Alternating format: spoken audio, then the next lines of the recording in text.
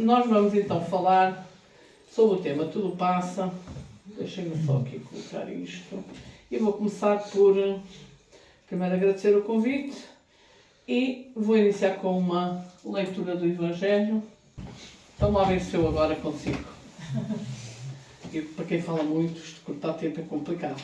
Ora então, do Evangelho segundo o Espiritismo, bem-aventurados os aflitos, a felicidade não é deste mundo. Não sou feliz. A felicidade não foi feita para mim, exclama geralmente o homem em todas as posições sociais. Isso, meus caros filhos, prova melhor do que todos os raciocínios possíveis a verdade desta máxima de Eclesiastes. A felicidade não é deste mundo. Com efeito, nem a riqueza, nem o poder, nem mesmo a florida juventude são condições essenciais à felicidade. Digo mais, nem mesmo reunidas estas três condições tão desejadas, porquanto incessantemente se ouvem, no seio das classes mais privilegiadas, pessoas de todas as idades se queixarem amargamente da situação em que se encontram. Diante de tal fato, é inconcebível que as classes laboriosas e militantes invejem com tanta ânsia a posição das que parecem favorecidas da fortuna. Neste mundo, por mais que faça, cada um tem a sua parte de labor e de miséria, sua cota de sofrimentos e de decepções, de onde facilmente se chega à conclusão de que a Terra é um lugar de provas e expiações. Assim, pois, os que pregam que ela é a única morada do homem e que somente nela e numa só existência é que lhe cumpre alcançar o mais alto grau de felicidades que a sua natureza comporta, iludem-se e enganam os que os escutam, visto que demonstrado está, por experiência arquissecular, que só excepcionalmente este globo apresenta as condições necessárias à completa felicidade do indivíduo. Em tese geral, pode afirmar-se que a felicidade é uma utopia e cuja conquista as gerações se lançam sucessivamente sem jamais lograrem alcançá-la. Se o homem ajuizado é uma raridade neste mundo, o homem absolutamente feliz jamais foi encontrado. O em que consiste a felicidade na Terra é coisa tão efêmera que aquele que não tem a guiá-lo a ponderação, que por um ano, um mês, uma semana de satisfação completa, todo o resto da existência é uma série de amarguras e decepções. E notai, meus caros filhos, que falo dos venturosos da terra, dos que são invejados pela multidão. Consequentemente, se à morada terrena são peculiares as provas e a expiação, forçoso é se admita que algumas moradas há mais favorecidas, onde o espírito, conquanto aprisionado ainda numa carne material, possui em toda a plenitude os gozos inerentes à vida humana. Tal a razão porque Deus semeou no vosso turbilhão esses belos planetas superiores para os quais os vossos esforços e as vossas tendências vos farão gravitar um dia, quando vos achardes suficientemente purificados e aperfeiçoados. Todavia, não deduzais das minhas palavras que a Terra esteja destinada para sempre a ser uma penitenciária. Não, certamente. Dos progressos já realizados, podeis facilmente deduzir os progressos futuros e dos melhoramentos sociais conseguidos, novos e mais fecundos melhoramentos.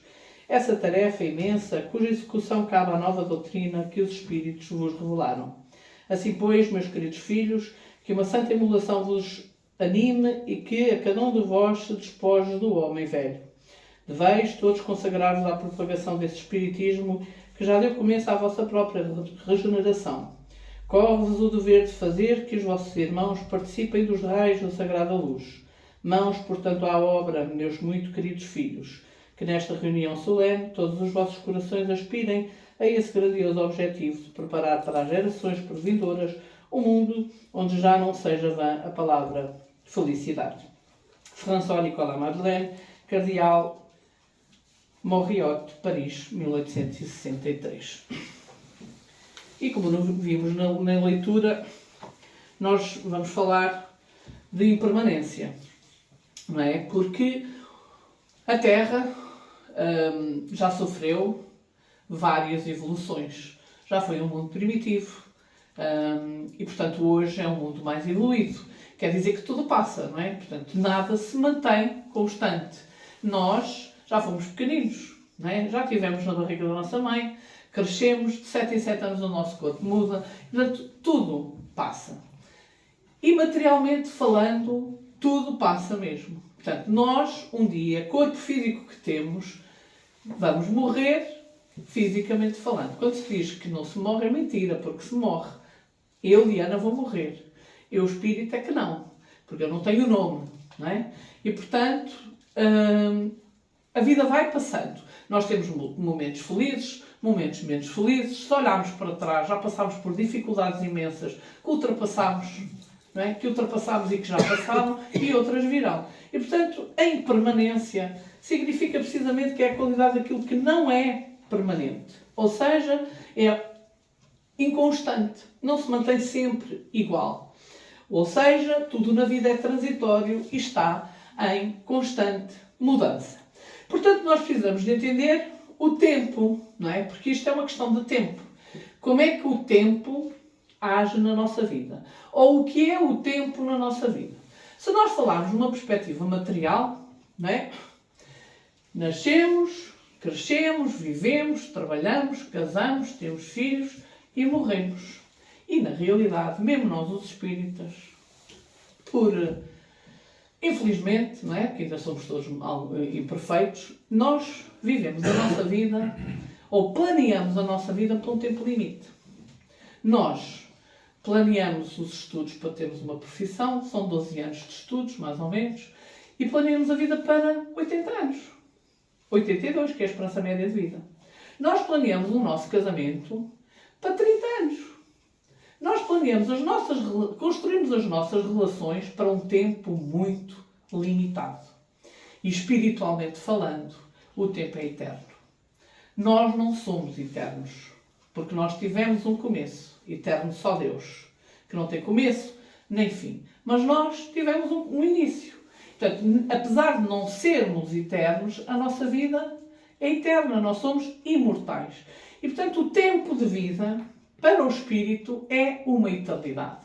Então, se nós começarmos a planear a nossa vida, mesmo esta, para um tempo que significa a eternidade, se nós planeássemos a nossa vida não para 82, mas para uma eternidade, o que precisamos fazer?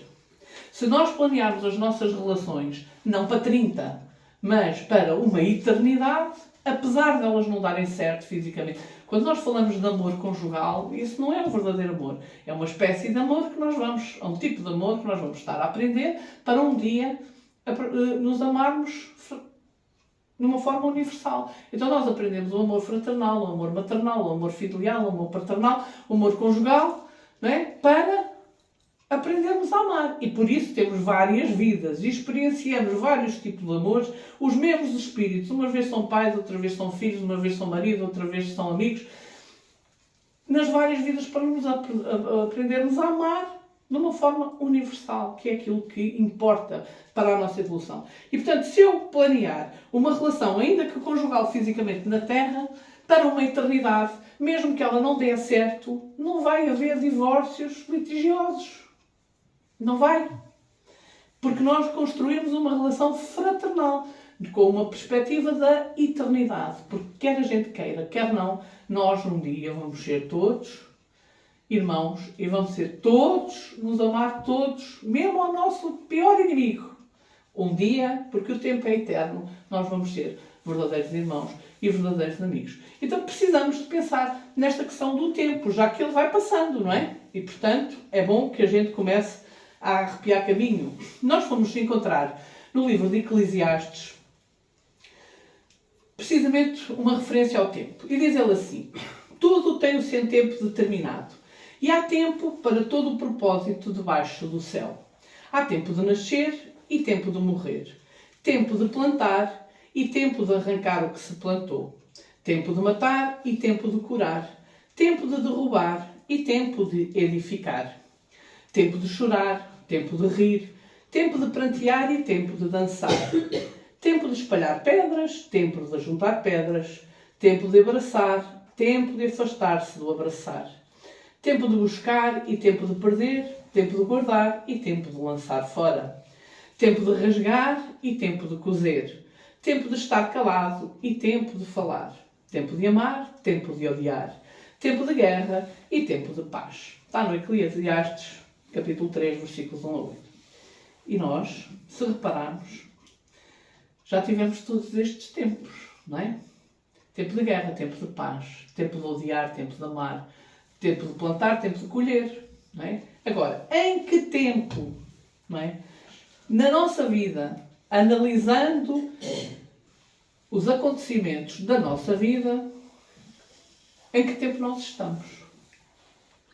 Qual é o verdadeiro tempo em que nós estamos? Por exemplo, quando tudo corre bem, não é? Só que nem sempre tudo corre bem. É uma maravilha, não é? Mas passam, as coisas também passam. Os momentos felizes, apesar da felicidade plena não existir na Terra, nós temos momentos felizes e, aliás, a nossa obrigação e o nosso dever é procurar ser feliz.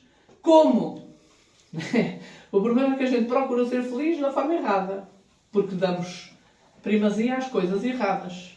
Às coisas que acabam, que têm um tempo limite. E não pensamos na eternidade.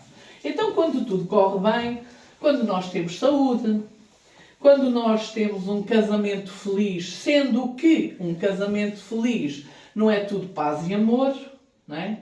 Porque a ciência já demonstrou que aquilo que traz verdadeira felicidade ao homem é a superação.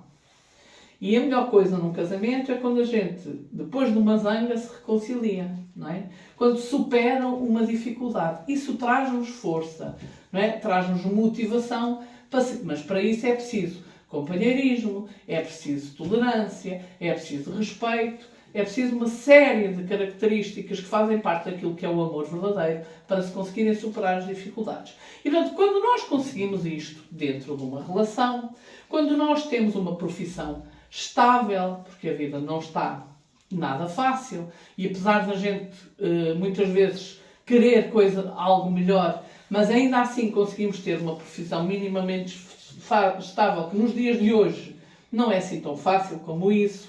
Quando temos uma vida social, quando temos amigos, quando temos vida ativa social, é tempo de quê? Eu gosto de fazer perguntas, desculpem lá, é para descansar e respirar. É tempo de quê? Quando nós temos isto tudo, em que tempo é que nós estamos? Estamos a construir. Sim, vá. Eu aceito todas as respostas são válidas. Todas as respostas são válidas.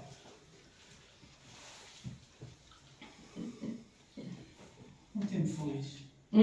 É um tempo feliz quando estamos assim com saúde, com casamento, estável, social, paz. Estamos assim, tranquilos, harmoniosos. É tempo de? Quando nós estamos felizes, é tempo de? Paz. Agradecer, meus amigos. Porque isto passa. E porquê que passa? Porque nós não valorizamos.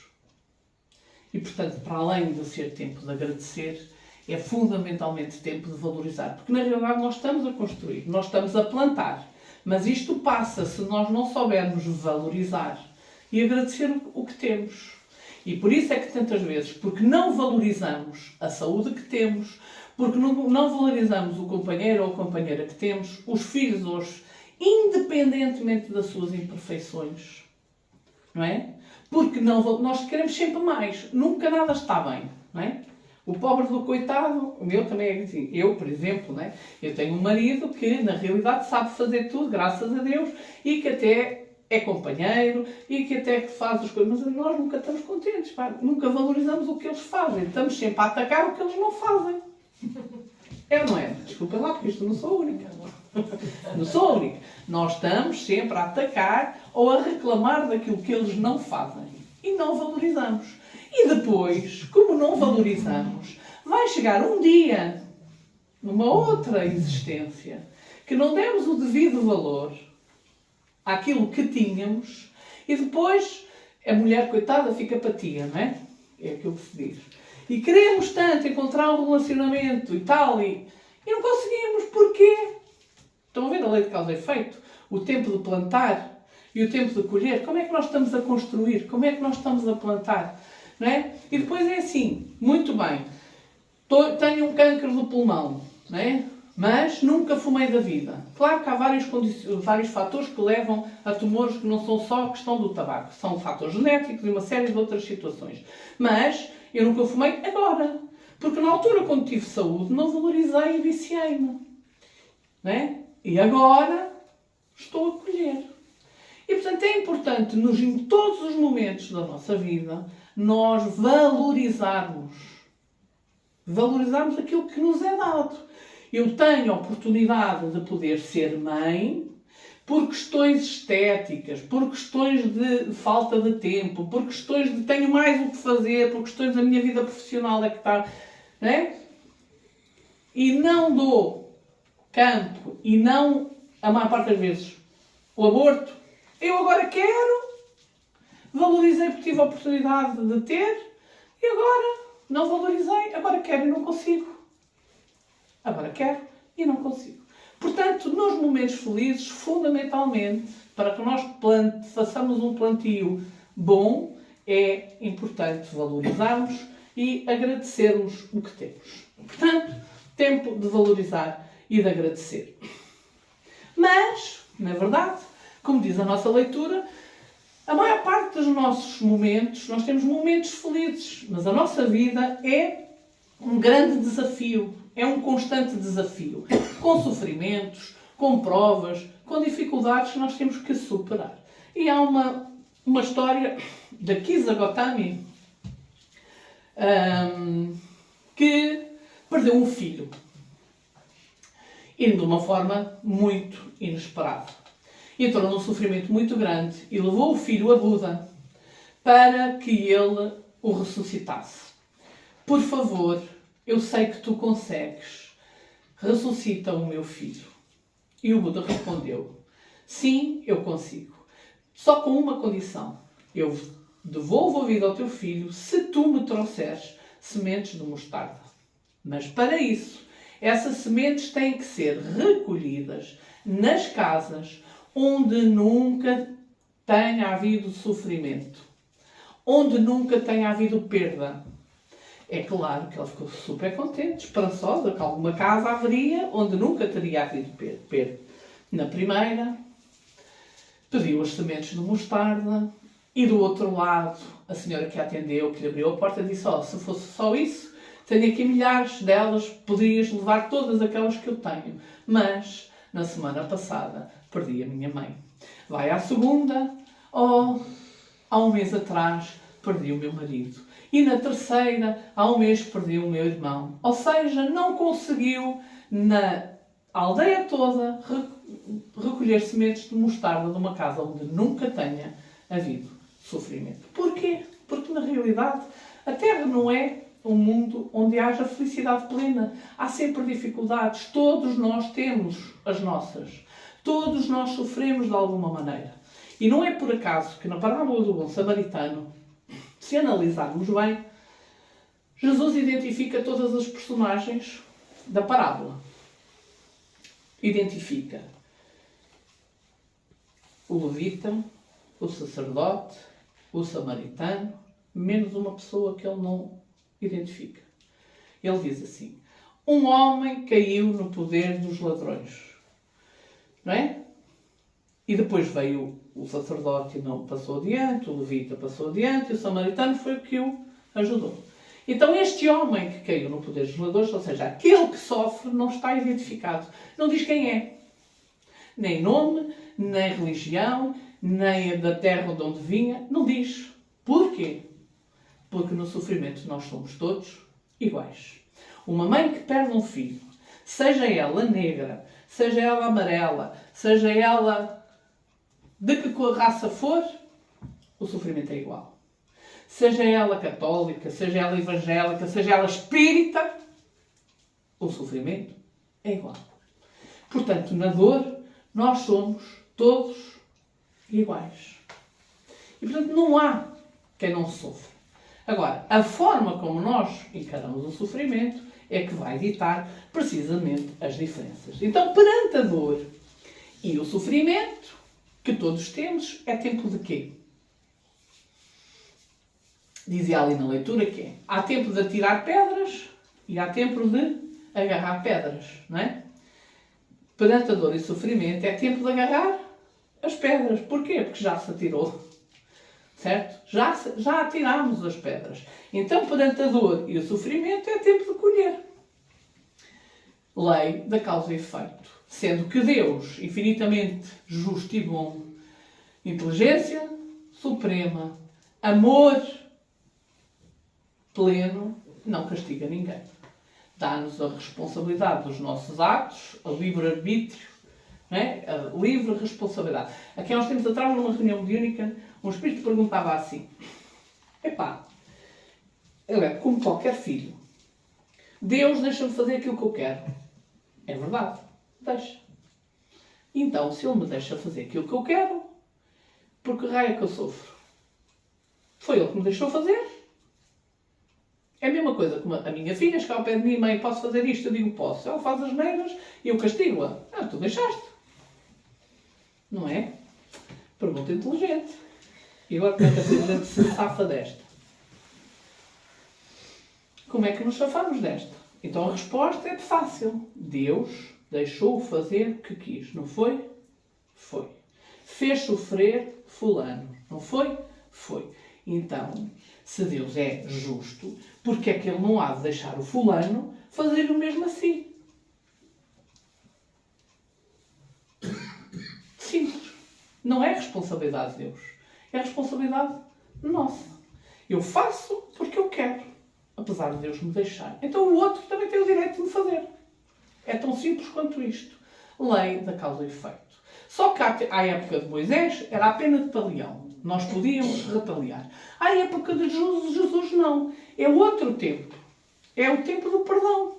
Não é? É o tempo de não retaliar. E nisto, por exemplo, perante calúnias, perante difamação, injúrias, violências, traição, é tempo de quê? Vá, respondam lá. Não, Perdoar. não sei porque Perdoar. Perdoar.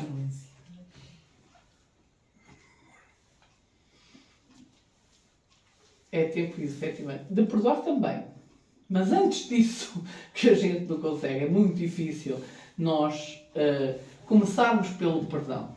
É óbvio que já não desejar o mesmo já é um começo, não é? É o princípio do perdão.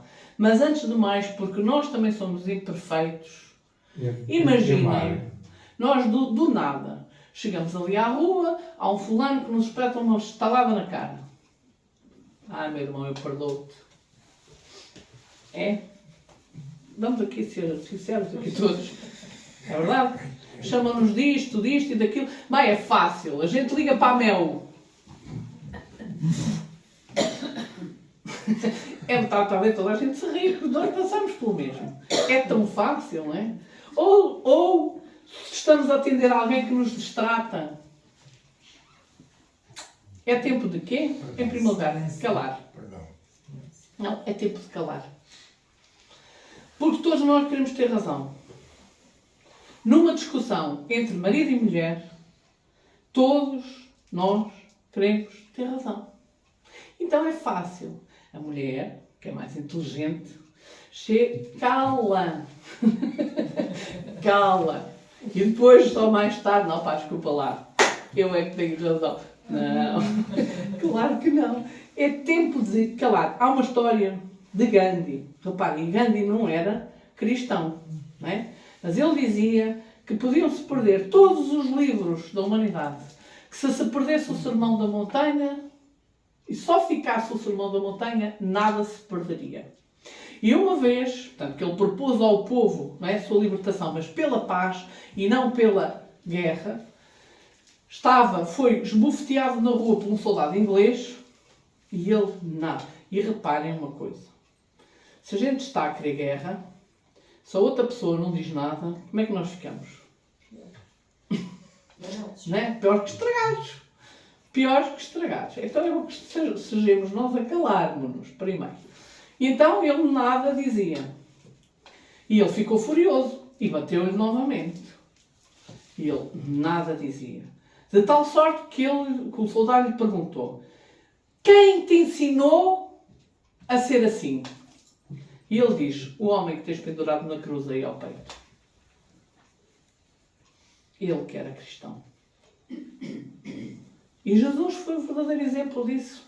Ele podia ter-se safadas da crucificação? Não podia, digam-me lá. Podia ou não? Nada. Foi o grande ensinamento do silêncio, porque um dia o tempo vai trazer a verdade. Só o tempo vai trazer a verdade, como dizia Francis Bacon também. A verdade é filho do tempo e não da autoridade. E quando há uma discussão, se a gente ainda sobrepõe a nossa voz sobre o outro, por mais que tenha razão, o outro não vai ouvir nada daquilo que a gente está a dizer. Nada. Não é nestes momentos que ele vai ouvir. Um dia, o tempo, quando nos caluniam. E hoje em dia é tão fácil a gente chegar às redes sociais e ver algumas pessoas a meterem algumas indiretas, não é? Porque foram caluniados, porque isto, e depois do outro lado, mas quem terá sido? Mas quem é isto? E a nossa curiosidade, foi quem? O que disse? O que fez? O que deixou de fazer? Primeiro, se ninguém sabia que a pessoa fez determinada coisa, passou toda a gente a saber. Esta é a primeira coisa. E depois, muitos daqueles que veem, o que é que querem? A infelicidade do outro, não é?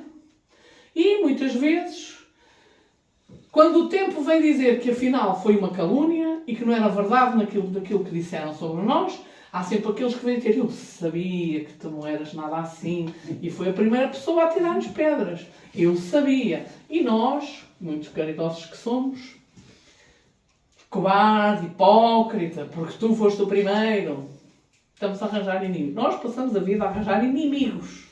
Ah, amigo, obrigada por teres confiado em mim. É isto. Acabou. Com a consciência tranquila, não há nada que nos derrube. Se aquilo que dizem de nós é verdade, a gente tem que analisar. É melhor mudar. Se aquilo que dizem de nós não corresponde minimamente à verdade, o tempo vai dizer. E é bom que a gente cale. Porquê? Digo-vos uma coisa. No mundo há injustiças, não há? É uma pergunta. Há injustiças no mundo? Porquê? Porque nós somos imperfeitos. E cometemos injustiças. Agora, não há injustiçados. Não há injustiçados. E, portanto, o que nós recebemos é uma colheita. Ou também não. Por exemplo, a vida, como diz Emmanuel, e nós vamos ver mais à frente, é um conjunto que traz-nos lições e problemas. Os problemas são a colheita. Não é? O sofrimento é a colheita. As lições, apesar de nos trazerem algum sofrimento, servem para nós aprendermos alguma coisa. Querem ver uma coisa que não faça? Por exemplo, eu sou uma pessoa que tenho a maior paciência do mundo, só que não é? Sou muito impaciente em tudo na minha vida. Não é só com as pessoas, não é só com os filhos, mas é em tudo. Por exemplo, eu penso numa coisa, a nível profissional, vamos supor, eu quero a coisa feita ontem. Não é? A falta de calma e falta de paciência, eu ando, procuro desesperadamente conseguir alcançar aquilo e depois, como não me acalmo, como não sereno, o que é que acontece? Às vezes planeio as coisas de uma forma totalmente errada e vou encontrar coisas que não eram previstas eu encontrar. Não é? Por exemplo, aqui há muitos anos atrás, na minha juventude, tive um relacionamento que não deu absolutamente certo. Nada certo. O que é que a Diana fez? Tinha um trabalho estável na farmácia e resolveu dar um pontapé na vida. Acabou. Vou viver sozinha, vou sair de Viseu, vou achando, não é? Que, pronto, aquilo não deu certo, mas vou encontrar alguém. E para isso eu tinha que sair de Viseu. Saí da farmácia onde eu tinha um emprego certo e já lá estava. Se eu não tivesse feito o que fiz, ainda hoje lá estava, reparem. Ainda hoje lá estava. E pronto, fui-me embora para o Porto. O meu paizinho, que é muito sábio, nunca me disse não vais. Porque os conselhos, se fossem bons, vendiam-se. Está bem? Não se davam. Os conselhos vendiam-se se fossem bons. A gente tem que apontar caminhos e não dizer o que é que a pessoa tem que fazer. Porque se Deus não interfere no nosso livre-arbítrio, nós também não temos esse direito. Nós podemos dar, não é, vários caminhos. A pessoa vai refletir e decidir. E, portanto, ele nunca me disse que não vai. Mas disse-me, olha, e isto, e aquilo. Mas seja o que tu fizeres, eu estou aqui para te ajudar. E lá foi. E eu tinha feito um curso uma pós-graduação de homeopatia, fui para o Porto trabalhar numa farmácia com um laboratório de homeopatia, para produzir os medicamentos homeopáticos. Reparem, depois começam a aparecer estas coisas todas aliciantes, estão a ver? E, inclusivamente, para ter uma sociedade com os proprietários da farmácia, e por aí adiante. Tudo bom. Reparem, nem tudo é mau, mas quando tudo é muito bom, a gente tem que desconfiar. Quando é tudo fácil, a gente precisa desconfiar. E lá fui. Uma das coisas, não durou uma gravidez, não durou 9 meses. Ao fim de 9 meses eu vim-me embora novamente. Porquê? Porque, primeiro, a sociedade que eu ia fazer, a forma como agora para rirem um bocadinho, como eles geriam a farmácia era do género. Estava a ser assaltada sem dar conta. Com a farmácia aberta a atender uma pessoa e estava a ser assaltada sem dar conta. E a pessoa que estava ao lado, como já era experiente, deu conta e veio ter comigo. No fim, disse assim, poxa pá, sem eu dar conta. Então isto não tem alarme. Não tinha alarme na farmácia. Isto não tem nada. Como é que a gente se safa aqui? Tem um alarme, tem. Então o quê? Estás a ver aqui este apito? Um apito de árbitro. Tinha ali. Aqui está o apito. Qualquer coisa que tu tenhas, mandas assim. Sopras no apito. E lá dentro está um cacetete de beisebol. E vem alguém com um cacetete de beisebol lá dentro. Pumba, e acabou. Está resolvido. Então vem a ver a poupança. Os pagamentos eram feitos, vamos supor, vinha um envelope. E dizia assim, tinha o nome do armazém e o nome da farmácia. Depois, para ele fazer, os pagamentos não eram por transferências bancárias, os fornecedores, todos os meses, era uma fila de fornecedores na farmácia para receberem, porque a transferência custa dinheiro. Então, e depois ele riscava, punha aqui farmácia e punha aqui o nome. Nem envelopes havia dinheiro para gastar. Portanto, aquilo, assim, calma, tu não estás bem. Detesto estar sozinha. Pensei que ia para o Porto e disse assim, pronto, maravilha, cultura que eu gosto, vou ao Coliseu, aqui ali além. Qualquer. Tenho lá o meu primo, mas o meu primo também trabalha, não há vida para nada. Eu vou mais vezes ao Porto agora, ao Coliseu, do que ia naquela altura. Porque não há tempo para absolutamente... Fui assaltada passada uma semana. Partiram-me o vidro do carro. Tudo coisas que eu gosto muito, não é? E, portanto, até tenho medo de assaltos, tenho medo de ladrões. Detesto estar sozinha. E pronto, foi mal 9 meses. Digo assim, não, agora volta para a casa do pai, que é onde tu nunca devias ter saído. E portanto, volta para lá. E portanto, depois... Fiquei empregada e não sei o quê, mas já não ficou estável. Fui despedida passava uns anos e agora tenho a minha própria empresa, mas a coisa não... A gente tem que andar em luta constante. Se eu não tivesse sido precipitada, se eu tivesse sido a paciência, eu não estava assim agora. Não estou mal, mas estava completamente estável. Portanto, é importante. Como diz Chico Xavier, que quem tudo suporta em silêncio... Calúnias, agressões, injúrias, conquistam uma autoridade moral que faz calarem os opositores e transforma a aversão em admiração. É assim que os obsessores se vão embora. É assim. Não é com trabalho mediúnico, meus amigos, desculpem lá, tenho muita pena em dizer-vos. Mas não é. Não é. É pela nossa próprio esforço.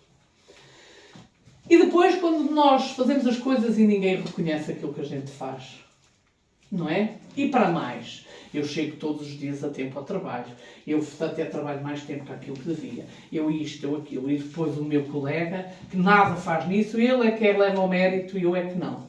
Nunca ninguém me teve isto, para não? Isto traz-me uma... A gente fica... E depois assim, é? Então não faço mais. Acabou. É assim?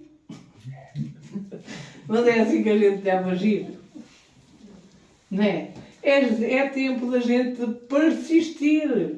Continuamos a ser honestos. Continuamos a esforçar-nos.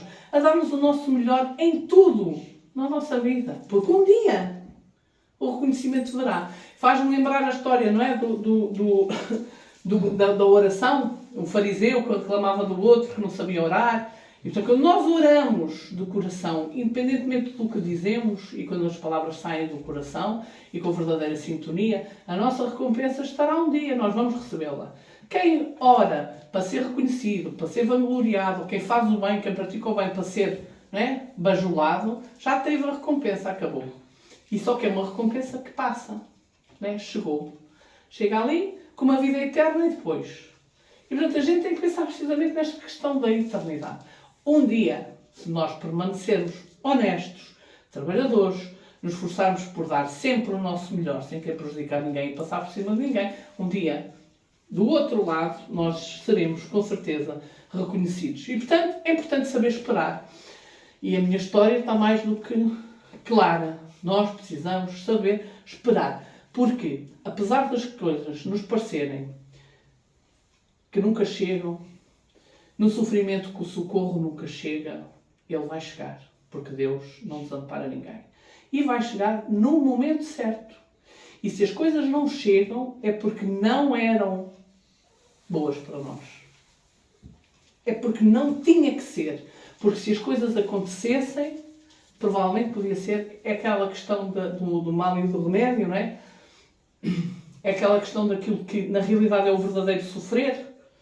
Às vezes não é as coisas que nos acontecem, são as consequências das coisas que nos acontecem, que nós achamos que podem ser boas, mas depois o resultado é terrível. E portanto, se elas não acontecem, Deus só quer o melhor para nós. Aprendemos a confiar na providência. Porque se elas não acontecem, é porque não tinham que acontecer, porque não eram boas para nós. E portanto, no momento certo, elas vão acontecer quando nós estivermos preparados para. Se eu não estou preparado, não é aquela questão, porque não mereço. Não tem a ver com merecimento. Tem a ver porque eu não estou preparado para. Eu ainda não adquiri as qualidades suficientes para conseguir determinadas coisas. Não estou preparado para isso. E se não estou, não é hora. Então, perante a dor, o que é que nós vamos fazer? Sofrer, não é? Vamos nos meter debaixo do pedregulho e toca de sofrer, porque eu mereço. É? Claro que não. Porque nós temos o direito de procurar a felicidade. Ninguém está aqui para sofrer. Mas eu sofro. Sofro porque assim eu quero. E uma coisa é sofrer com dor e outra coisa é apenas sofrer. E nós temos que encontrar um caminho para não ter dor. Não é? Para não ter a dor. E, portanto, primeiro, claro, nós precisamos de seguir em frente. Toma a tua cruz e segue-me. Pega na cruz e vamos levar. Agora, temos que, antes de analisar, não é? Ou até pode ser. Se ninguém está aqui para sofrer, eu tenho que perceber porque é que eu sofro. Então, o que é que eu preciso? Não é porque eu fiz mal, é porque eu isto, é porque eu fui um crápula, é porque... Passou. Acabou, chega. Não adianta pensar nos erros que fizemos. O que adianta é assim. Se eu estou a encontrar, eu preciso aprender alguma coisa. O que é que este sofrimento me quer ensinar? Porque o sofrimento é, sobretudo, um ensinamento. E é uma oportunidade de progresso. Para quê? Para nos melhorarmos. Então, todo e qualquer sofrimento implica que nós precisemos de mudar alguma coisa em nós. E temos que aprender. Este fim de semana nós tivemos um tratamento na associação com doentes oncológicos e tínhamos um pai que tinha uma filha de 5 anos com leucemia. Assim uma coisa. E nós pedimos que dessem alguns testemunhos. E o pai o que dizia era, eu achei que eu conhecia as minhas filhas. Só que eu só conhecia as minhas filhas na brincadeira, na birra, no eu quero, nas coisas boas. Eu não conhecia as minhas filhas, a força que elas têm perante o sofrimento. O ensinamento que elas nos trazem, uma menina de 5 anos, sujeita à quimioterapia muito forte, muito agressiva, o que ela lhe conseguiu ensinar enquanto pai. Isto é bom ou não é? Isto é bom ou não é? E, portanto, nós temos que encontrar algo de bom naquilo que nos acontece. E, principalmente, qual é o ensinamento que ele nos traz. Isso é a primeira coisa. Para depois não conseguirmos aceitar. Muito bem, então eu vou aceitar. E, ao aceitar, aprendo e sigo adiante. E vou transformar esta dor. Não vou deixar de a ter. Eu vou transformá-la e encará-la de uma maneira, de uma forma completamente diferente. Então, Chico Xavier... O Espírito Emmanuel, no livro Assim te Vencerás, diz sobre o burilamento. Se a provação te busca, não desanimes. Segue, ninguém te estraga o dom de renovar a vida. Todos vivem na Terra com lições e problemas, como ele dizia. Pelas próprias tendências, saberás porque é que tu sofres. Nossa luta maior será sempre em nós mesmos. Segue e confia em Deus e Deus te orientará. Então, qual é que são as lições? Eu agora, como tenho pouca paciência, como dizia há pouco, vou chegar ao final do ano 2025, quando nós fazemos comemos as 12 passas, eu vou comer 12 passas e vou dizer paciência, paciência, paciência, paciência, que é aquilo que eu vou querer ter no próximo... E depois chego ao fim, mas que ninguém me perturba. Porque é fácil ter paciência, fechada entre 4 paredes e ninguém me chatear a cabeça. Porque se ninguém me chatear a cabeça, sou a pessoa mais paciente do mundo. Mas isto é paciência. Não é? Queres ser paciente? Então prova que tu vais conseguir. E depois aparecem filhos complicados, situações. É quando aparecem cada vez mais pessoas para nos chatearem. Se eu estou sem fogo logo agora, que eu queria ser paciente. Exatamente. Isto são as lições. Não é? Se eu me disponho a transformar alguma coisa, vêm as provas. Então prova que consegues. São as lições. Não tem que necessariamente ser uma expiação. Não é? É algo que nós precisamos transformar em nós. E continua. Todas as coisas na Terra... para terminar, estamos a terminar, eu não consegui ultrapassar muito o tempo. Chico, que também, e nós conhecemos aqueles que conhecem a vida de Chico, foi um grande missionário, mas também passou por... Aliás, se nós olharmos todos os missionários na Terra, e basta um, Jesus, não tinha nada que espiar. Nada. Quando a dor nos bater à porta, a gente pense nisto. Olhe para, primeiro, pais que perdem filhos, pais que têm filhos em situações muito complicadas. Olhe para a Virgem assistir à morte do filho, injustamente, sem que ele nada tivesse feito. Haverá, e nós temos que saldar as nossas dívidas. Jesus, o Espírito mais perfeito que Deus nos trouxe, que nada tinha que espiar, o governador da terra, foi sacrificado injustamente. Aliás, segundo dizem, foi o único crucificado com pregos. Foi o único, porque não era costume colocarem pregos nas mãos. Ele foi o único. Mas morreu entre 2 ladrões. Querem pior que isto? Morreu entre 2 ladrões. Rei do amor, reparem. Senhor do verdadeiro amor. Veio nos ensinar precisamente o bem sofrer. Então, quando a dor nos bater à porta, a gente que se lembre precisamente disto. Como é que nós podemos sofrer bem? Como é que nós podemos sofrer bem? E, portanto, Chico e todos os outros missionários passaram por imensas dificuldades, imensas injustiças, imensas perseguições. Todos! Quem somos nós? Quem é que somos nós? Imperfeitos que ainda somos. Quem somos para querer o melhor? Não é? Portanto, é bom que a gente reflita. E Chico também esteve, e num momento de muitas dificuldades, pediu a Emmanuel que intercedesse por ele, a Maria, e que ela lhe trouxesse um recado. Momentos familiares complicados, momentos sociais muito complicados. E Emmanuel um dia disse: Chico, a Virgem manda dizer que tudo passa. Tudo passa. E daí esta mensagem para terminarmos. Todas as coisas na Terra passam. Os dias de dificuldades passarão. Passarão também os dias de amargura e solidão. As dores e as lágrimas passarão. As frustrações que nos fazem chorar um dia passarão. A saudade do ser querido que está longe passará. Dias de tristeza, dias de felicidade. São lições necessárias que na Terra passam, deixando no espírito imortal as experiências acumuladas.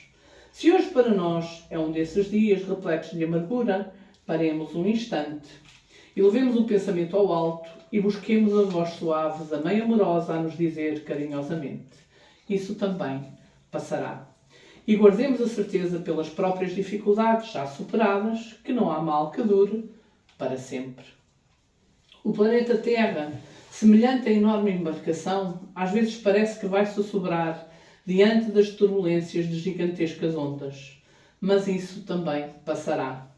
Porque Jesus está no leme dessa nau e segue com o olhar sereno de quem guarda a certeza de que a agitação faz parte do roteiro evolutivo da humanidade e que um dia também passará. Ele sabe que na Terra chegará a Porto Seguro porque essa é a sua destinação. Assim, façamos a nossa parte, o melhor que pudermos, sem esmorecimento, e confiemos em Deus, aproveitando cada segundo, cada minuto, que por certo também passarão. Tudo passa, exceto Deus. E na realidade, quando Emmanuel dizia que Deus dará conta, não é? Como é que Deus nos acompanha? Como é que Deus nos envia auxílio? Através das pessoas que estão connosco. Deus age na humanidade pela própria humanidade. E do nada, um dia surge um livro que, num momento difícil ao ler, nós, quiçá com ideias suicidas, mudamos de ideias. Um dia aparece alguém que nos traz ao centro. Porque nós não estamos aqui só porque achamos que fomos nós que tivemos a bela ideia. Não é? Alguém nos trouxe, se não um encarnado, alguém nos trouxe desencarnado. Um abraço de um amigo, um aconchego, apesar de todas as dificuldades, a companhia de um animal, seja o que for, o nosso protetor. Porque ainda que a gente esteja fisicamente sozinho, sem ninguém, sem nada, sem coisa nenhuma, nós temos um anjo protetor, um espírito superior que sempre nos acompanha, desde que a gente esteja em sintonia, faça por isso e por receber as suas boas intuições. Então, só Deus não passa. Só Deus é que não passa. Quer isto dizer, só o amor não passa. E como Deus age nas suas criaturas, através das próprias criaturas, o amor que nós colocamos em favor do outro, na prática da caridade, nunca passará. E só Ele nos ajudará a ultrapassar as dificuldades. Peço desculpa mais uma vez. Que Jesus nos abençoe.